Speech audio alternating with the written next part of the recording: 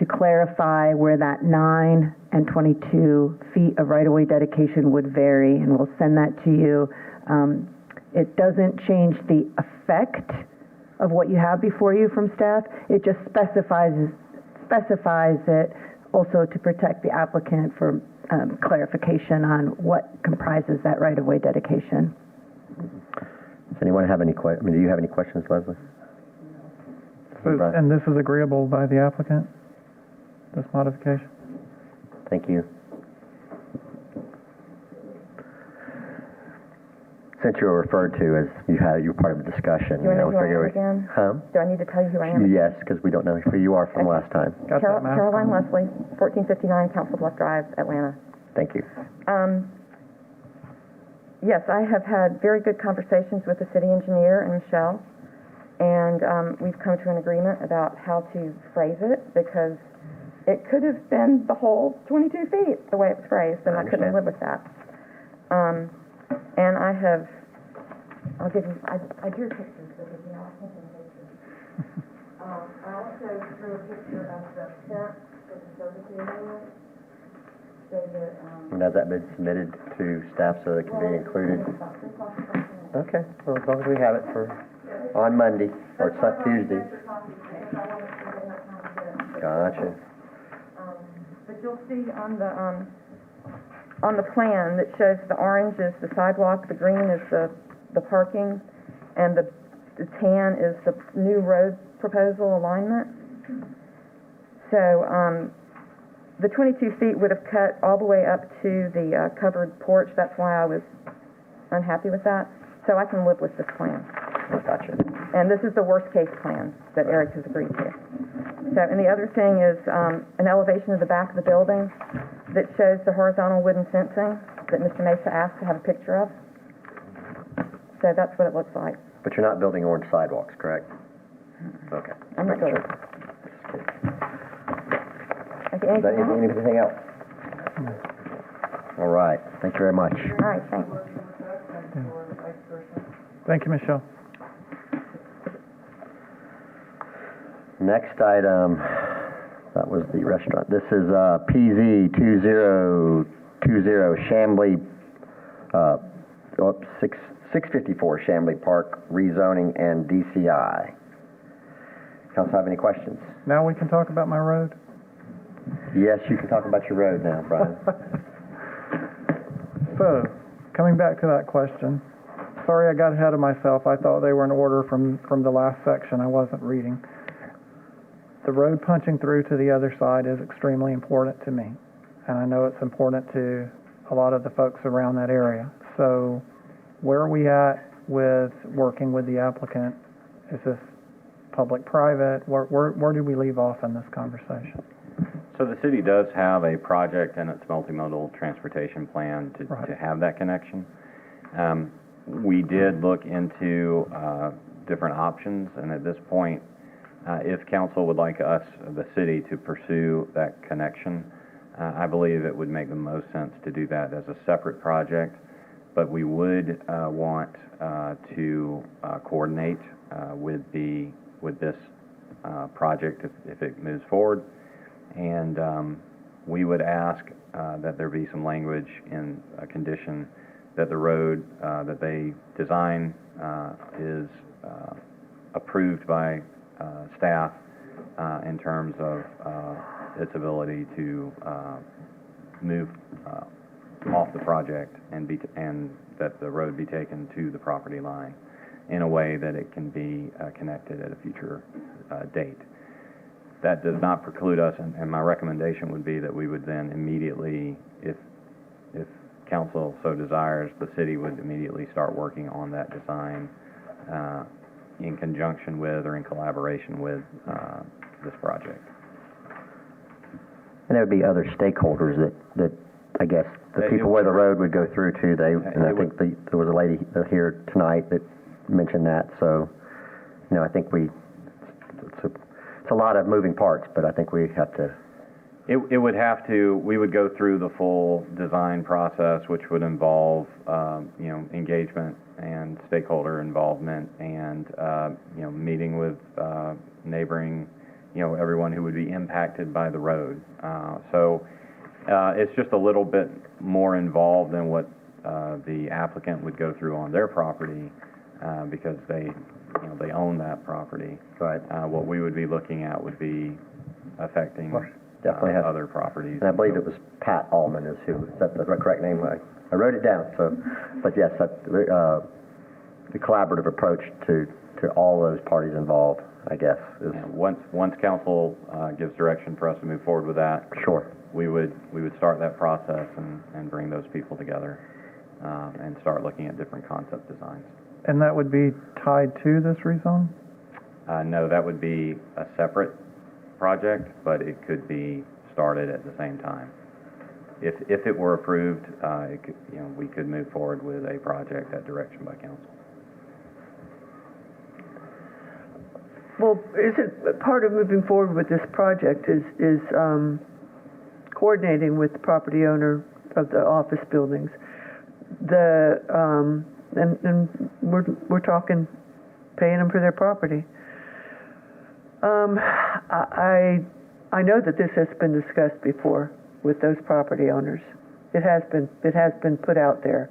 It has never been closed on in any way, shape, or form, but it has been put out there, and I think there's some misunderstanding here, maybe to our audience, maybe not so much to us, that this is a brand new concept that property owner has never heard before, and that's not the case. Be that as it may, I just wanted to get that clear because I just wanted to get that clear. I think that it's an important thing to do. I think that it would be very unwise to put it off to a later date while construction is going on this project. So I would be in favor of moving forward with it. I'd also be, we need to be sure that we have a hard agreement about the other road rearrangement as well, how it affects this property and how, it enters and exits on the property. So just because, it has to be done. Just has to be done. And I would, again, hate to see down the road any wrenches thrown into the deal, unforeseen wrenches thrown into the deal that would stop it. So that's all I have to say. I have one more. And I'm sorry, the only other thing I want to say, because I made you guys stay through this very long meeting, I just want to commend you very much for working with the developers for the city of Chamblee to get this project off the ground. And I think that you've been good partners, really and truly, in agreeing to sell your property, which is never an easy thing to do. I know that some of the residents back in there have been there for quite a long time. I think that there's an incredible amount of history with that site, and I would like to see that not be forgotten. I would like to see that history become part of the story told about this, the location. So thank you very much for sitting through all of this just for me to say thank you.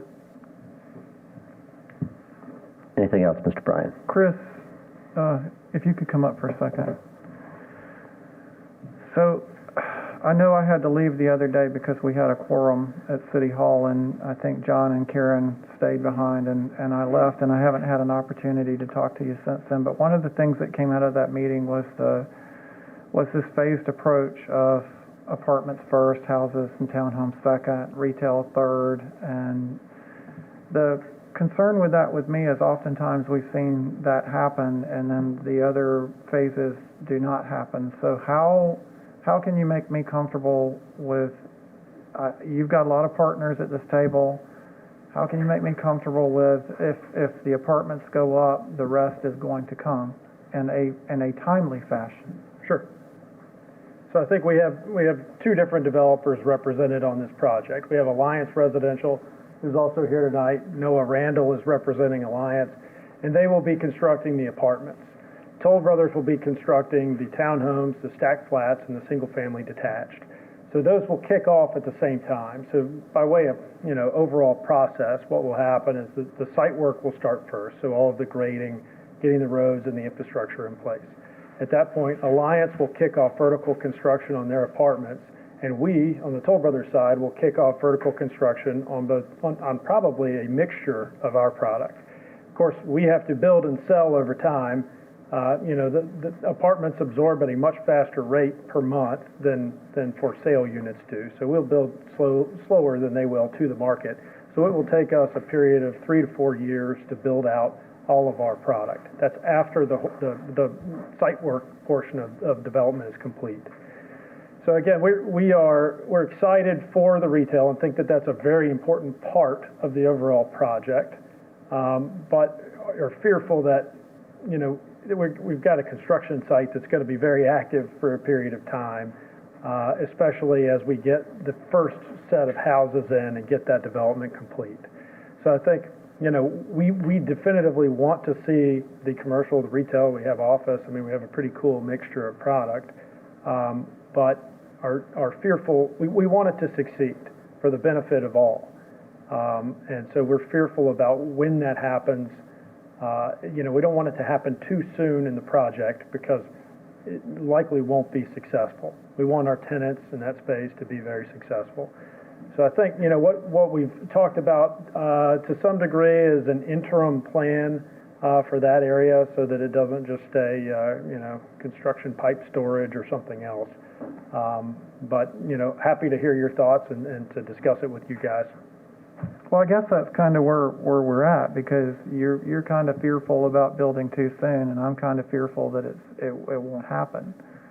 So I don't know how we both get to that comfort level. Right. But I've seen projects, and we saw one in the news again today, where that exact thing has happened. Several years of apartments and plenty of land, but nothing coming in behind it. Well, I think what I would say is we'd be happy to continue the discussion on that, and so maybe over the next 2 to 3 weeks we can sit down and discuss that as a group, and we're happy to discuss that and figure out a solution that works for everybody. We're certainly not drawing a line in the sand of any magnitude. We're open to considering anything, but we really want it to be successful. But I also think, from our perspective, it's important to have it because we're showing it on our plan. It's a part of our development. It's something that's very important to us, and we think it will be important to our residents. So we want to see that happen and to come online, but at the right time. So what is that right time? I don't have a distinct answer, but we're happy to sit down and discuss what that timing looks like and come to an agreement on that. But you're thinking 4 to 5 years for your component to be done, and so at least 5 years or more before anything even happens with the retail. Is that what I'm hearing, or? No, not necessarily. I don't think so. A lot of it is based on how the sales occur and at what pace, and what happens in the overall economy. But I think, we do want to make sure that when that gets built, that the tenants or the retailers are able to succeed. So, if it's an active construction site, which it will be for a long time, and people can't park, or, they can't access the site, or it's dusty, or, sawdust is blowing in their food as they sit outside and dine, that isn't a pleasant experience, and we don't want them to not be able to make their business work. So I think it's just a function of getting that timing right. So is it getting the streetscape complete and getting all the street fronting houses done, and then you open? Again, happy to sit down and talk through that, but I can't tell you tonight what I think is the exact right time to do it. Do you want to comment further on the road since you're up here? Sure. We agree on the road extension. We want to see that too. We think that's very important for all parties, the residents included. But I think what's really cool about that connection is the pedestrian connection that will happen through to Perimeter Park and to some other city green space potentially. That's going to be pretty meaningful. As Woody mentioned earlier, we have a 12-foot multi-use trail that's now coming along the, again, you have to kind of look at our site backwards because it's planned north is actually east. But along the east side of the spine road, we have a 12-foot multi-use trail now that will connect. And so if we could connect that all the way through, it's a pretty cool pedestrian connection point as well as vehicular. So we're excited to see that. So I have a question for you, Michelle. Is there any, I know that we withhold COs until things are completed or far enough along or, whatever. Is there a way to use that concept to get closer to having that retail space built simultaneously? We had discussed detailing a phasing plan and being able to put together a phasing plan. I certainly have seen it elsewhere, and it typically isn't about time, it's about quantity of units. There's the magic number that your performer tells you, or that the market. So ideally, we could talk through that sooner about the phasing of that in terms of, I would say, the numbers. Just tying it to that, and we could, and it, of course, being conscientious of the location of where those units would need to be, and understanding what might be the desirable location of the ones that'll go fastest versus the location of where the retail needs to be. That makes sense, and it's possible. I think it's possible to put together, because you know what your numbers are and you know what the retail needs, so you could put it together as phasing, not as terms of time, but in terms of numbers of the units. Well, I think that would be a very important thing to do, because no disrespect, but it depends on the economy, and we all know how volatile the economy has been. And so what's the worst case scenario if the economy tanks worse and worse and worse and worse? Then we wait 15, 20 years. That's really not going to be acceptable. I mean, if this retail is going to be a part of this, it's going to be a component of this development, it needs to be considered as vital as it is to this development and to the establishment of this node of a city. So I would want to see there be some hard incentive to get it out of the ground, if not simultaneously, before everything else is finished. Sure. And like I said, we're happy to sit down, at staff's convenience or your convenience, and discuss that, what that phasing plan looks like. But in general, we don't have a problem with that concept. Just don't want to see it fail. Very important that it's a successful project and that we have the right tenants in there. I mean, it's a great project, and it's important that it all be there, to your point. So just figuring out that time. And I know you know this, but I'm going to say it anyways. While that retail is not primarily, but a large component of the project itself, it's still going to draw from outside of the project. And with the activity that's going on at the old GM site, which is finally guaranteed, sort of, it's also going to be part of the success of the retail. Again, that's probably going to be more or equally as important as the tenants that live there. So I don't think you should wait till everything's occupied before the retail happens. That's a good point and fair point. Thanks, Chris. Sure. Thank you, guys.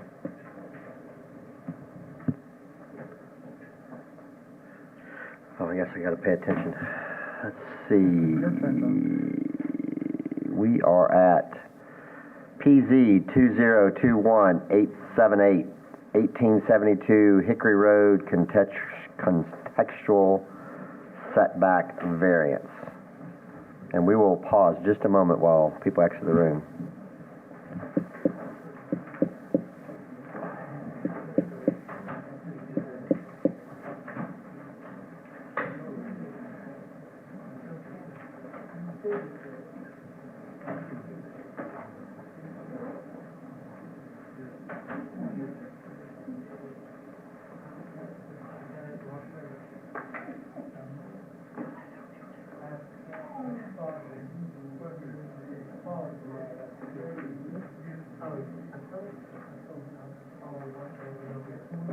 We could ask those that are remaining to carry the conversations outside.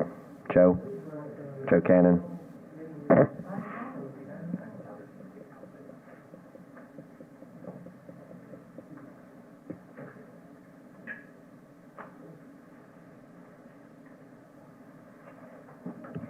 had a little short break there. Any questions from council? So, on this one, I mean, I guess we always vote on what's in front of us, not Plan B. But do we have access to see Plan B?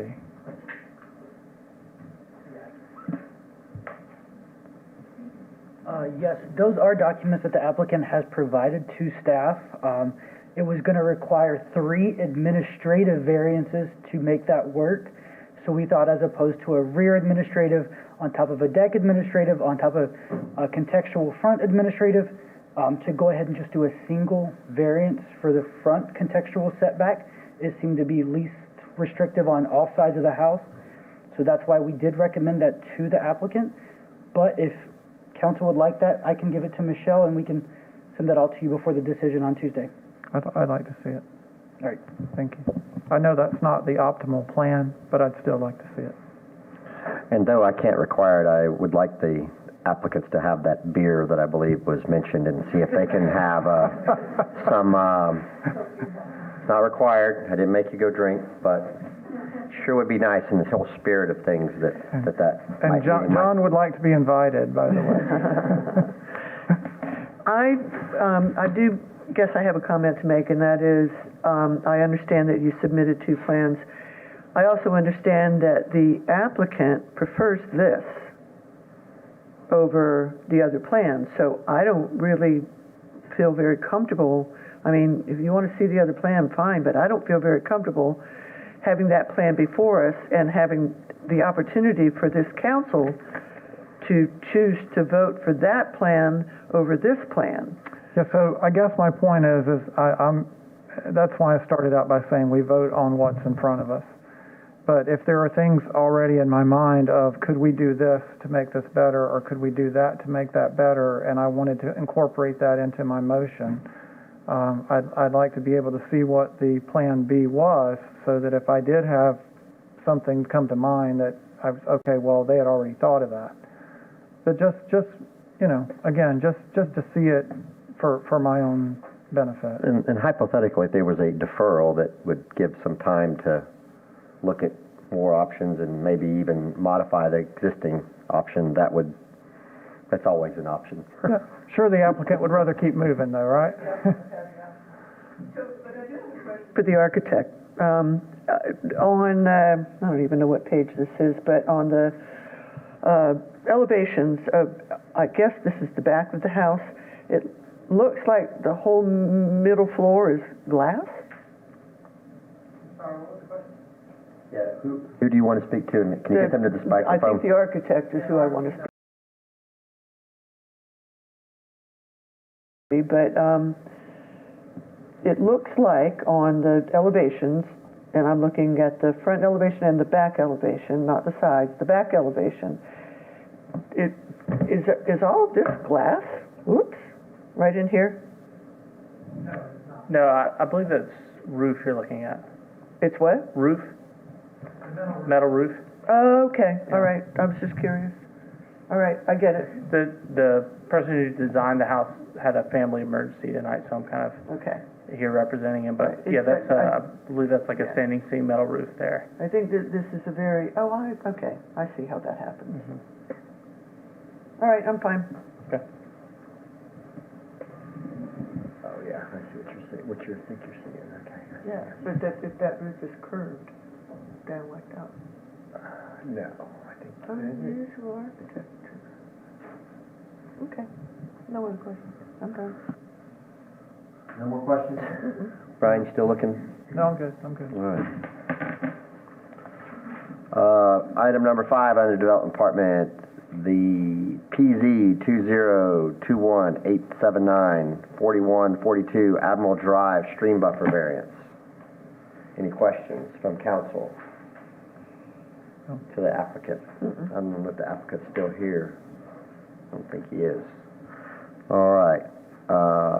We'll move on. PZ 2021-883-2364 Tanglewood Circle Driveway Waiver. Any questions on that from council? The applicant is here. I have a question for the applicant.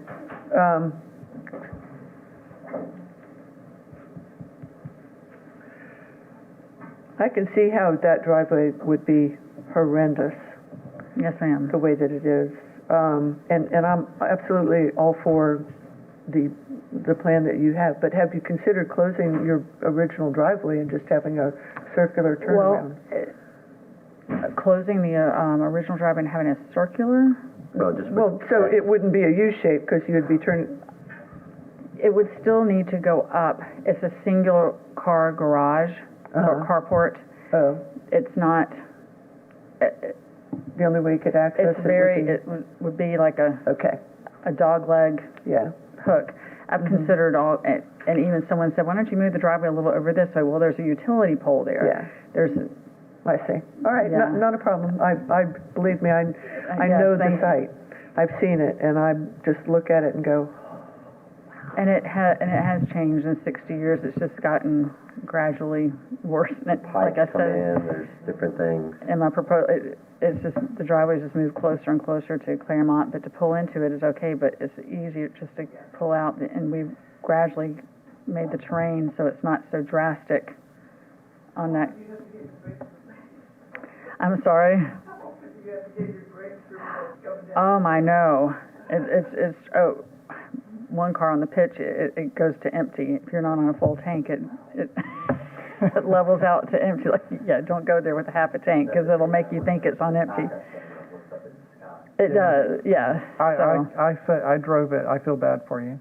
I do. And it wasn't always like that. Right. This is not the way the driveway I was can't when imagine my doing parents that were. for 60 years. Yeah, and yeah, so this is nothing that I did to make it like that. I did not. It's just the way it has happened over the years. So yeah, thank you for the Thank you. consideration. Yes. Thank you. We are at PZ, next item, PZ 2021888, 2140 Chamblee Tucker Road, utilities waiver. Any questions? Okay, so somebody's going to have to refresh my memory because I'm getting old. Is this a project that we approved in the past and required the utilities to be buried? And so now there's a new applicant or the same applicant? A new applicant?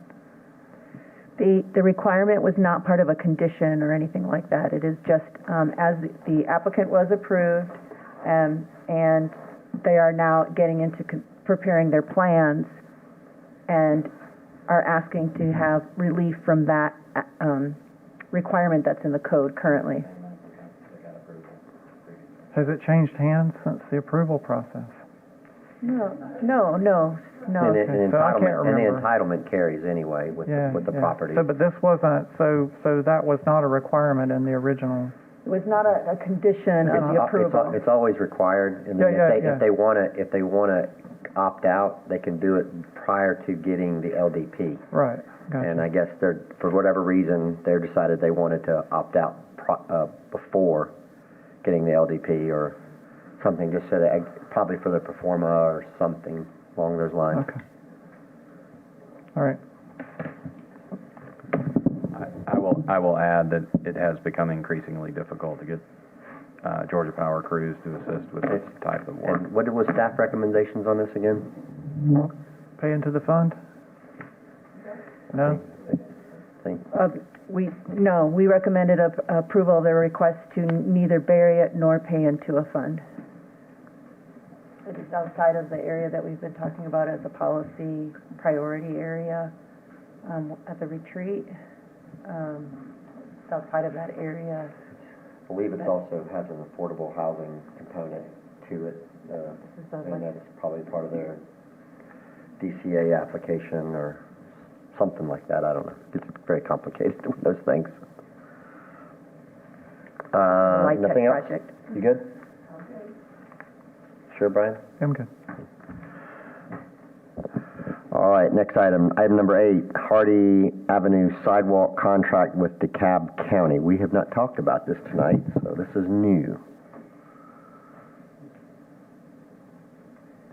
This is a CDBG grant that we applied for last year, 2 years ago, I believe, and we've been notified and have finally received the paperwork. So we're asking your authorization to have the mayor sign the contract with DeKalb County and move forward with the sidewalk on Hardy Avenue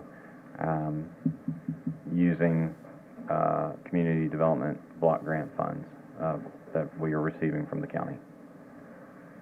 Any questions? Well, actually, we received it for Village Park. So it's been, I think we took a year off, but we did get another, this is our second in the last 3 years. Before that, It's been a while before that. Oh, okay.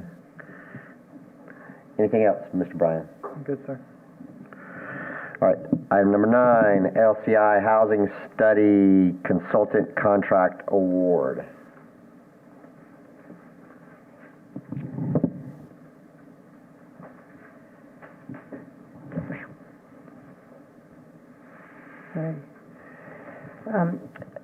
The RFP went out this summer, and we released it on August 9th, and we received bids back. The award that we are recommending is that the contract be awarded to RKG Associates, and the amount to not exceed $150,000. Included in your packet was their proposal.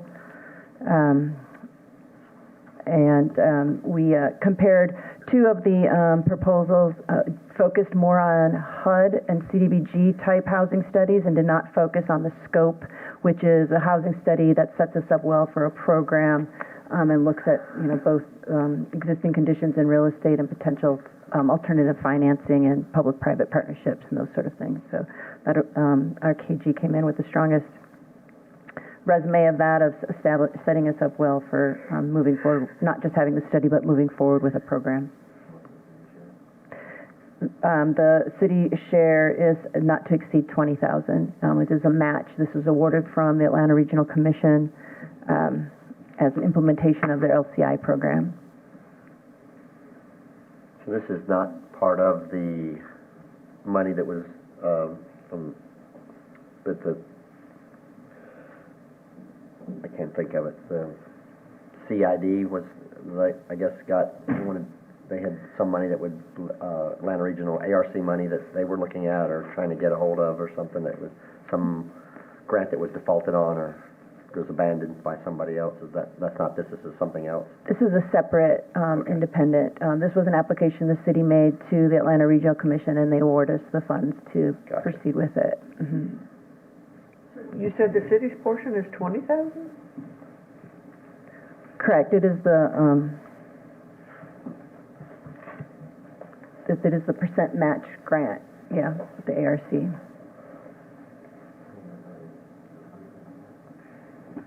Anything else, Brian?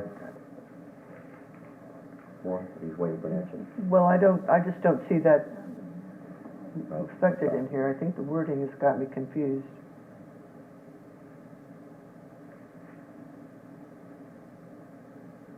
I believe it's either, we're going to look it up real quick. It's either a 20% match, which would be $30,000, or a $20,000 match. Okay. 20% match, so it'd be $30,000. Because it's just confusing because it says staff recommends city council authorize the mayor to execute blah, blah, blah in amount not to exceed $150,000. So that would be the entire contract, Right. but 80% of that would be coming from So I would grant like, funds. yeah, if I'm going to make this motion next Tuesday, I would like to have that language added. Okay. Very responsible. Because some people just get confused because, it's confusing. I was confused.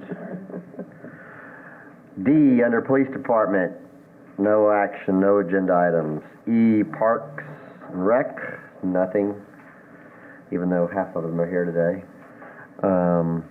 Finance, oh boy.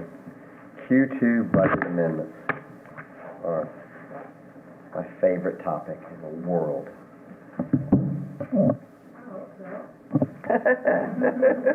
It's one of mine.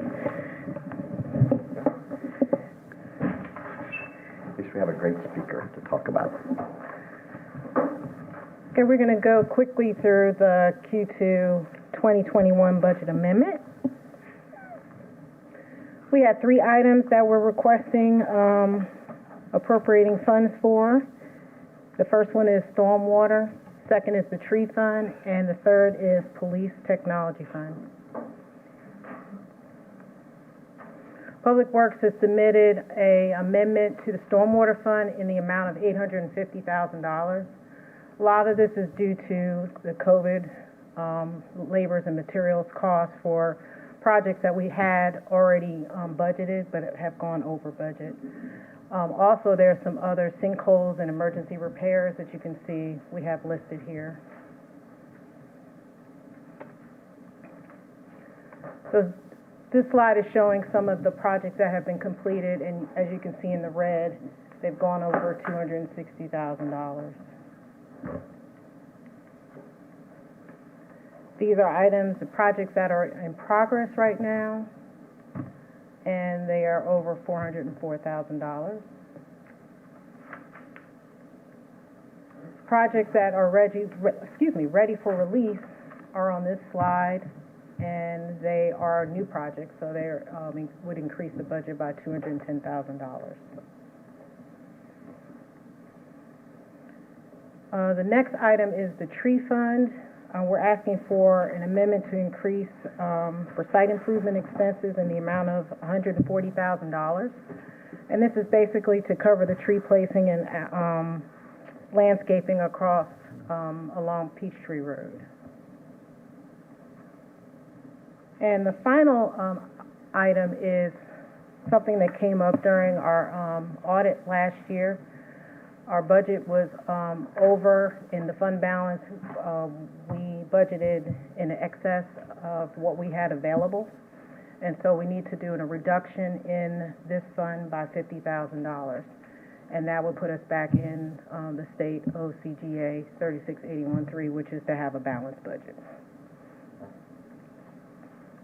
So in summary, these are the items that will be increased. We're requesting to use fund balance for the tree fund and also for stormwater. And then we will decrease the other fund for the police technology by the $50,000. Normally, this is to transfer expenses to the general fund into E911 for technology expenses, so we'll bring those budgets down as well. And this is the expenditure side. We'll increase stormwater for repairs and maintenance, and then appropriate the sites improvement line item in the expenditures for the tree fund. And then decrease the 2 transfers that we had going to the general fund into E911 from police technology. And that's all I have. Thank you. And I would just add that this has been a year for sinkholes, so it has definitely impacted our budget this year. Those repairs, not only are we having more of those repairs, but also, the materials are much more expensive than typical. So is that increased rain amounts and deteriorating infrastructure? I think there's a range of concerns that have contributed. Yeah. So we're not able to pull that from ARPA funds? I'm sorry? You can't use ARPA funds for stormwater? You can use it for stormwater, yes, you can, if that's something that the council would like to look at. I like that idea. And is there a way to triage some of this? Some of them are probably much worse than others, and some of them maybe can, we're pretty late in the year, can some slide into next year? Unfortunately, these are all, when the sinkhole starts, you need to get on it before it takes more infrastructure with it. So we've had a couple of pretty bad situations this year where, one on Chamblee Dunwoody Road, where we had found the issue and identified it. We were waiting on a partner to do some work, and it did not get done in a timely manner. And we ended up with a lot more damage and having to spend more on the road rebuild than we originally anticipated. So, most of these are things we need to get on when we see them and find them. So I spoke with one of our colleagues in Dekalb County, and I guess he relayed back to me on it's not on the agenda, but the new Peachtree Road metal plate that we keep saying it's a county problem. I guess the county's now come back and said, no, it's not a county problem, it's your problem. So, but apparently that's not been finalized either, so is there an update on that, and how could that affect this? It's not been updated. Yeah, we were made aware of that. The county dug a hole in our street, created an issue, and then after multiple calls have said that somehow it's our problem. So we're not aware of why they believe that. Craig, have you received any update? No, I have not. They dug the hole and they put the plate there. So. Yeah. So we have responded in kind that we're not aware of why that hole was dug in the first place. So. Well, I think there was a dip or something there. There was something going on. And then I think the response was to put the metal plate on, and then I think they did some exploratory surgery to determine what was leaking, and then I guess they did not find a leak, according to my source. So, you know, they tore up a road that was already in disrepair, but I don't know, it's kind of, are they not supposed to dig a hole to find out where the leak is? And then, I mean, how does that work? I mean, it does seem like the chicken and the egg or crossing the road or something going on there. Typically, if they dig the hole, they put it back into some repairable condition. We've not been notified. They didn't pull an encroachment permit on that, so we were not notified of that situation. Is that a sewer? That's not a sewer leak. It's no leak, nothing that's their fault, but it'd be nice if, before they turn it back over to us, to like show us or call them out here and say, hey, look, we've not there's received nothing any. there. It's just, we've not received any official word. We never received any official word that they were doing the work. We never received any official word that they were turning it over to us. So that's something we can look into. Yeah, I think we've all gotten a fair amount of questions on that metal plate over the last 6 months, so it'd be nice to have a definitive answer at some point, regardless of whose fault it is. Well, we can reach out to the county again on that matter. We have been reporting that to the county. I live in fear of what's going to happen when they finish the sewer project on my corner, but they are destroying stormwater pipes. Probably ought to But anyways, that's send, beside the point. no, it's probably fair. They probably need to send some cameras down, like right behind them, to make sure that, you know, that's, you know. Anyway,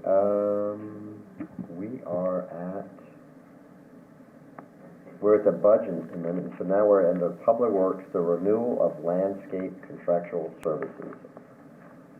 There we go. Good evening. Courtney Frisch, Assistant Director in Public Works. I'm here tonight to request an approval of a one-year extension of the landscape maintenance agreement with Russell Landscape for $435.60 and with Triscapes for $358,425. In 2018, we did sign a 3-year contract with Russell Landscape Group as well as Triscapes. That has since expired. We have not yet done an RFP for a new contract, so we are asking at this time for a 1-year extension. The proposal from Russell Landscape Group includes a 3% rate increase for fiscal year 2022, and that does have to do with labor and materials costs as they relate to COVID. The proposal from Triscapes actually has a 20% rate increase, again for similar reasons. I will say that the proposal from Triscapes is significantly higher from last year, and that is because it does include additional work, the addition of Arrow Creek Park, the public safety building facilities maintenance, landscaping around the facility, new sections of the rail trail, and then additional top dressing on athletic fields, and increased frequency of mowing and mulching as requested by our Parks and Rec department. Oops, sorry about that. So just to refresh your memory, this is the map that was in the 2018 landscaping maintenance agreement. It has sections A1, A2, and B. So Russell Landscaping Group, they currently service areas A1 and A2. They provide the landscaping for the Chamblee Tucker medians, Johnson Ferry Road, Malone Drive, Miller Drive, and Pierce Drive. And then Triscapes provides services for Area B, for all of our parks, with the addition of Arrow Creek Park, the Rail Trail Streetscape, City Hall, and then now we're asking for the addition of the Public Safety Building. So the combined total for landscape maintenance would be $793,485, and I'm open for questions. Only question I have is would this be the contract to be managed by the previous mentioned new job description, I guess, or at least in part?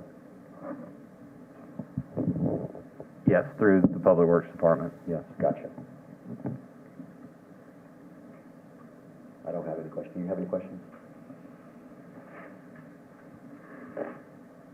I have questions, but I'm not gonna, I observed some things, like Triscapes blowing leaves into the creek and stuff like that.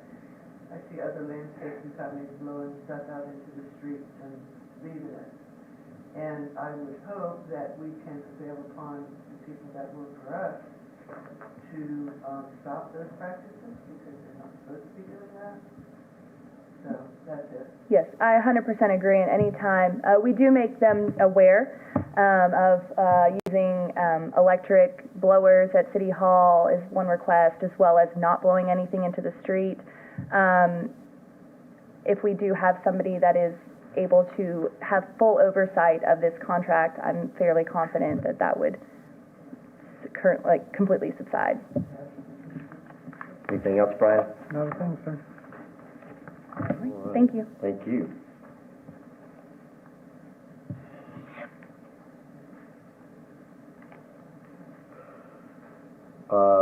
Under economic development, nothing. Community engagement, MARTA right-of-way mural contract renewal. This is a no-cost contract, but it is a maintenance contract for the mural that we have on MARTA property, and we have been able. We've had a contract. It has 2 one-year extensions. We've been able to negotiate that into 1 2-year extension, but we're asking to exercise that 2-year extension of the mural. So what exactly is involved in that?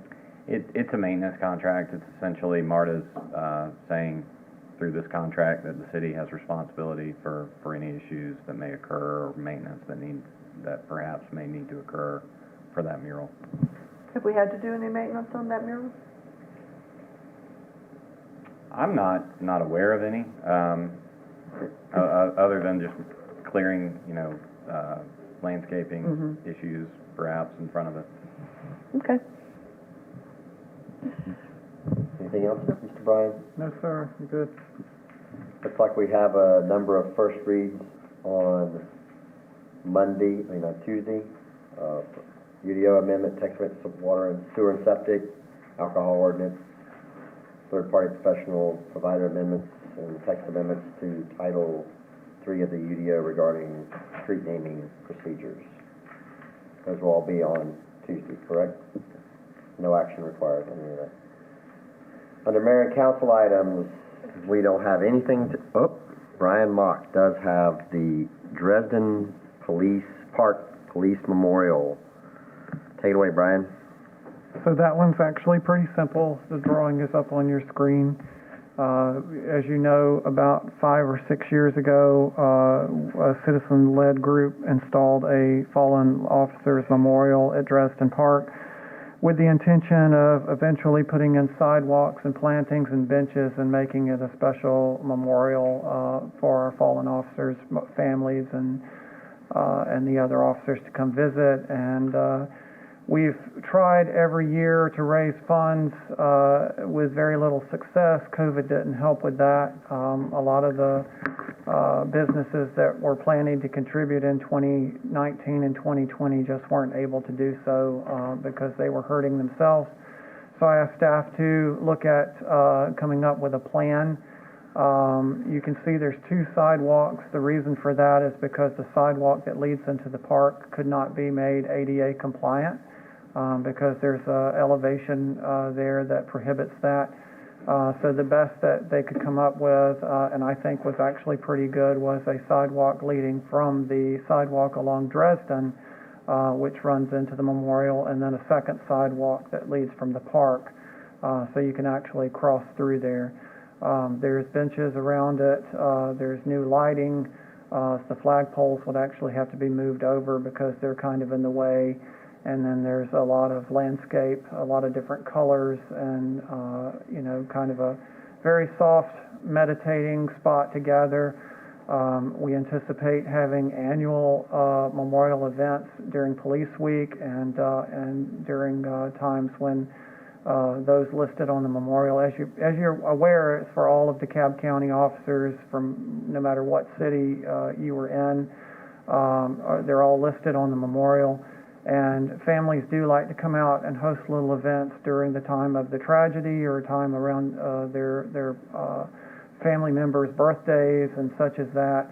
So we want to dress it up, make it a lot nicer, and I'm asking that we move $90,000 out of the hotel, motel, brick and mortar fund. This would qualify as for usage of that because there are actual visitors to that.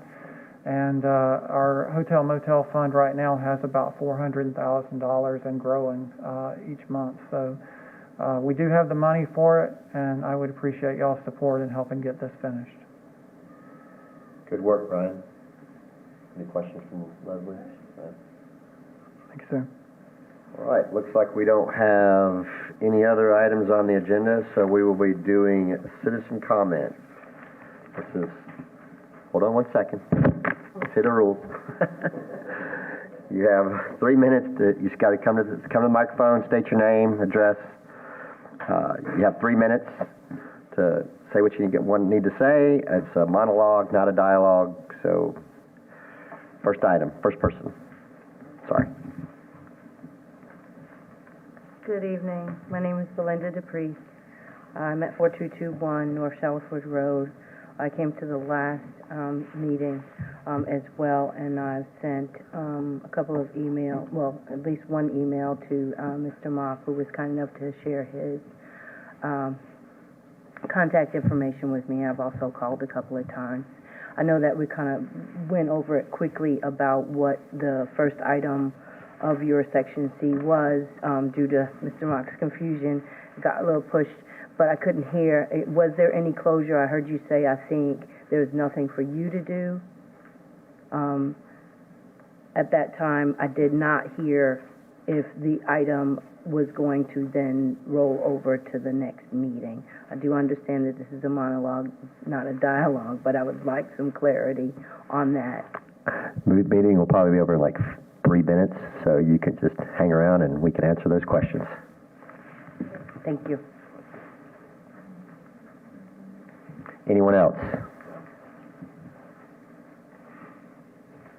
My name is Christina Roman. I live at 3357 North Charlotte Road, 30341. I just want to make a comment. I really enjoy these meetings. I appreciate living in Chamblee, and I'm trying to get to the Chamblee civic class. I've been trying to get to that for a couple of years. They canceled it for the COVID, but I want to get in the civic class. So if somebody can help me get into that. Thank you so much. Same thing. You can find out the answer to that probably in 30 seconds. Anyone else? I would entertain a motion to, well, nope, we're good. We are good. So have a good evening. Any executive session?